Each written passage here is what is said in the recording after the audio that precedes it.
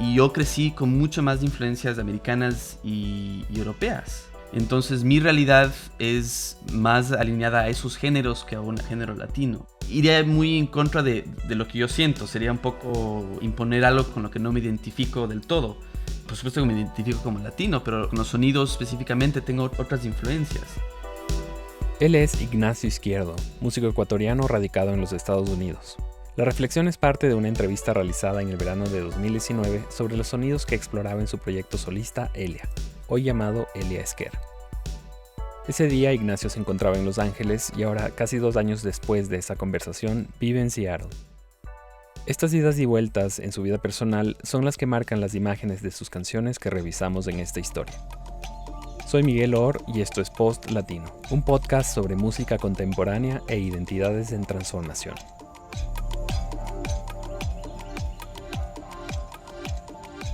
Ignacio Izquierdo es músico autodidacta, padre de familia e hijo de diplomático. Destaco estos detalles de su vida personal porque sin duda han marcado su recorrido como artista durante más de 10 años. En ese tiempo el indie aparece como el género más importante, aunque en distintas etapas como una fotografía del momento que vivía en cada una de ellas.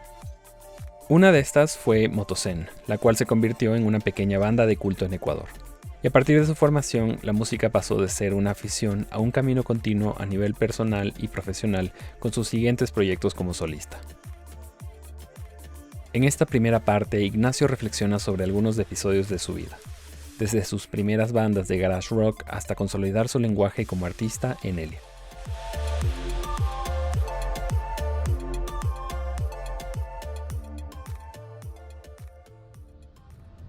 Y creo que todo se basa mucho en siendo un hijo de diplomático y viajando mucho por el exterior. Esta necesidad de adaptarme cada vez que me mudo a un nuevo ambiente y querer ser parte de ese ambiente y querer ser parte de la movida, de lo que está pasando. Yo recuerdo mucho estando en Europa, porque ahí me gradué de la secundaria. Estuve en Roma y luego estuve un tiempo en Alemania.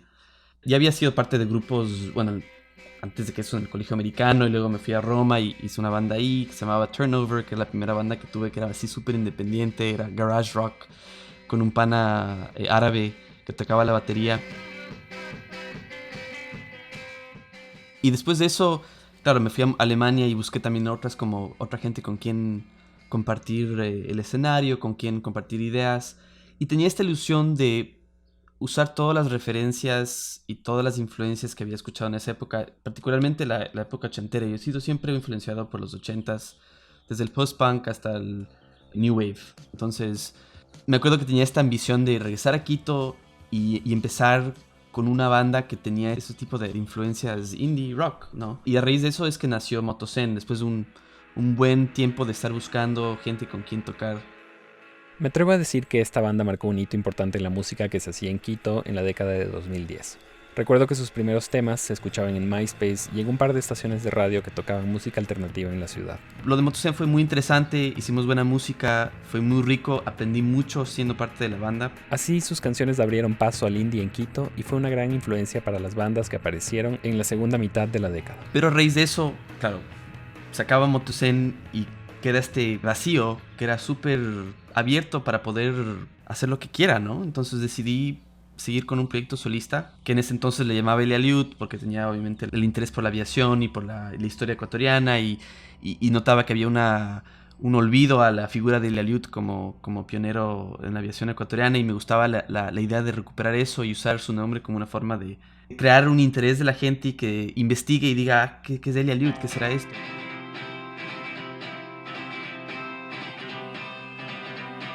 Elia Liut fue una especie de epílogo de Motocen. Aunque varias de sus canciones se acercaron al folk, muchas otras continuaron en la línea del indie y post-punk.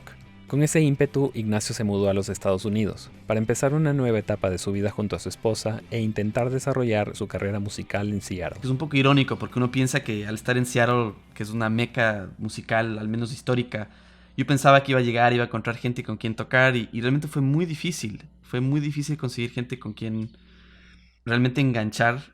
En parte porque es una sociedad súper reservada. Hay este famoso Seattle Freeze que le llaman, que es... La gente es un poco fría y no se engancha del todo contigo. Y tienes que ser pana de alguien por mucho tiempo para ya sentirse de un grupo de amigos o lo que sea.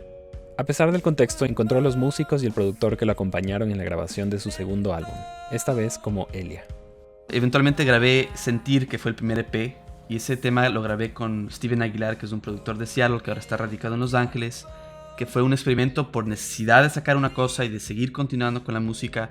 Grabamos este disco juntos. En su disco Sentir son evidentes más sonidos y géneros electrónicos, algunos cercanos al momento actual de su carrera y que definen una voz como solista. Pero sobre todo significó una transición importante al pasar de escribir canciones en inglés a español. He vivido mucho en Estados Unidos, obviamente me radico acá ahora, mi esposa es americana, mi hija es americana, pero yo también crecí, cuando estuve en el exterior, yo me fui a colegios americanos, entonces el inglés casi siempre ha sido un idioma casi de la misma importancia como el español, a pesar de que el español es mi idioma nativo. Tengo mayor facilidad para componer en inglés que tengo en español. Pero la razón por la cual me gusta experimentar con el español se convierte más en una hazaña. El poder plasmar en letra mis sentimientos o lo que quiero exponer en español. Y también en parte se da porque tengo una necesidad de sentirme un poco más cerca a Latinoamérica y a mis orígenes y a mi país, que es el Ecuador. Y el motivo de hacerlo en español es también por eso, por sentirme un poco más cerca a esa realidad. Poco después nació Futuro Humano, su segundo material bajo el nombre de Elia, en medio de un momento personal y familiar doloroso, en el cual la música sirvió como catarsis. En gran parte la motivación que tenía para grabar el Futuro Humano era por la pérdida de nuestra primera hija, Amelia, quien murió. Y esa tragedia emocional de la cual nunca vamos a tener una completa resolución, necesitaba expresar mi sentimiento y necesitaba expresar por todo lo que habíamos atravesado a través de la música. Yo usé la música como una forma medicinal para tranquilizar mis emociones y tranquilizar este episodio tan trágico por el cual atravesamos. Entonces, el afán de crear Futuro Humano también tenía una relación mucho más íntima a la de un disco que hubiera grabado si es que eso no hubiera ocurrido. En la actualidad, trabajando en este nuevo disco, estoy regresando a ese proceso natural de crear sonidos que son mucho más relacionados a mis influencias.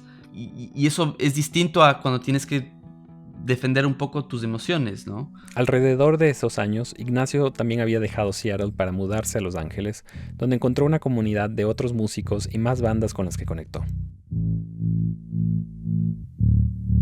La ventaja de estar en Los Ángeles es que ya me siento poco a poco más parte de la escena, que es igual una escena pequeña, pero es una escena importante de Estados Unidos y de Latinoamérica, porque no solo hay muchas disqueras latinas que se enfocan en el género alternativo, pero hay muchas bandas, de mucho movimiento, hay realmente una escena que está floreciendo y es muy rico poder ser parte de eso ahora.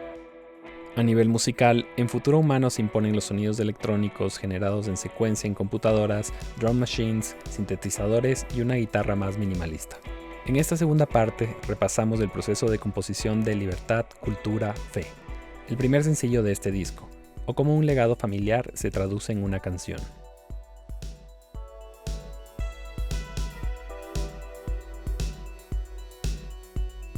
Sí, mi abuelo desde muy temprana edad, en varias ocasiones, nos conversaba sobre la importancia de estos tres valores que él creía que eran importantes para vivir la vida en plenitud. En el caso de libertad, él siempre ha sido y siempre fue muy partidario de la idea de ser libres como ciudadanos, como humanos, de poder expresarnos como queramos. Y es para mí eso muy importante porque a raíz de eso es que yo puedo expresar mi arte, expresar quién soy. Y en realidad estar consciente de que tenemos la libertad de hacerlo de esa forma y tenemos la libertad de expresarnos como ciudadanos de este mundo. Por otro lado, la cultura, un aspecto importante es el rescate de los conocimientos humanos, de nuestra cultura latinoamericana y de nuestra cultura como humanos, de nuestro historial, de quiénes somos y qué queremos ser y qué queremos dejar a nuestros hijos. Y por último, la fe. En el caso de mi abuelo, en aquellas épocas, él lo refería más como en fe en Dios, tal vez una fe en el ámbito espiritual. En mi caso, yo lo he tomado más como un proceso de fe en mí mismo, en creer que yo sí puedo lograr objetivos que tengo en mente y en anhelar un futuro mejor para mí mismo y también para la gente con la que convivo.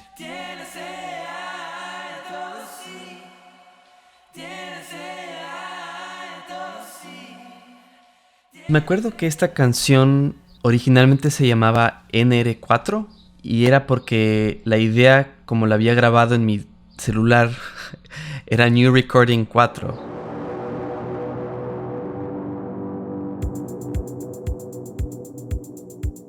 Y me acuerdo que este fue, Libertad, Cultura y Fe, fue el primer tema en el cual trabajamos.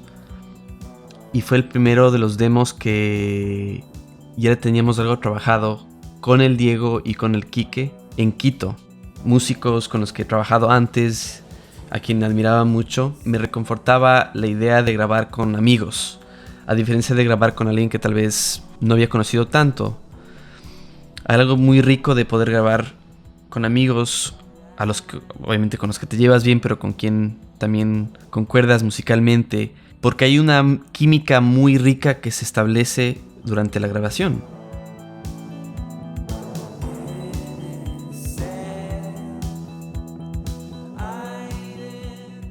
El demo original era bastante sencillo, era con un drum machine donde yo ponía el drum beat, ¿no? Lo más básico posible, lo más sencillo posible, solo para darle un tiempo.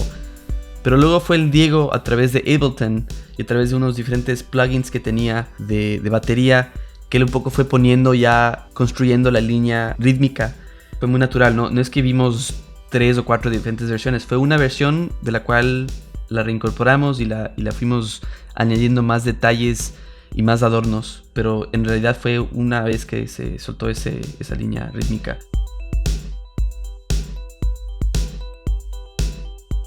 Y luego lo demás fue la guitarra y obviamente ya la parte final es de añadir otros sonidos de fondo y otras partes también que se dan en la parte de mezcla, de las cuales el Enrique se encargó.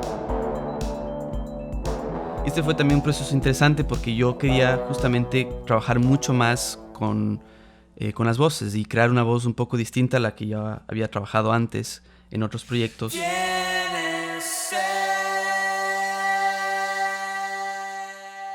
Y también un poco regresa al afán de buscar formas distintas para crecer artísticamente, y sentí esa necesidad de usar distintas tonalidades para grabar estos temas.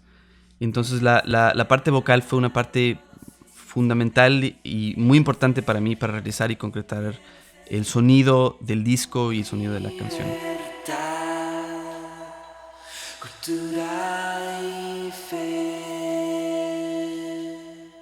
Él, al entregarnos esta frase, estos 3 valores, fueron también una herramienta para mí poder sobrepasar este proceso tan fuerte de perder a una hija y entender que a pesar de una tragedia y a pesar de esta situación, tener una mentalidad positiva y tener una mentalidad optimista sobre el futuro también.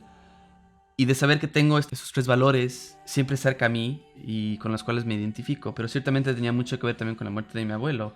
Y un poco también rescatar en vida lo que él inculcó en nosotros. Escuchemos ahora los valores de vida de su historia familiar en Libertad, Cultura, Fe de Elia.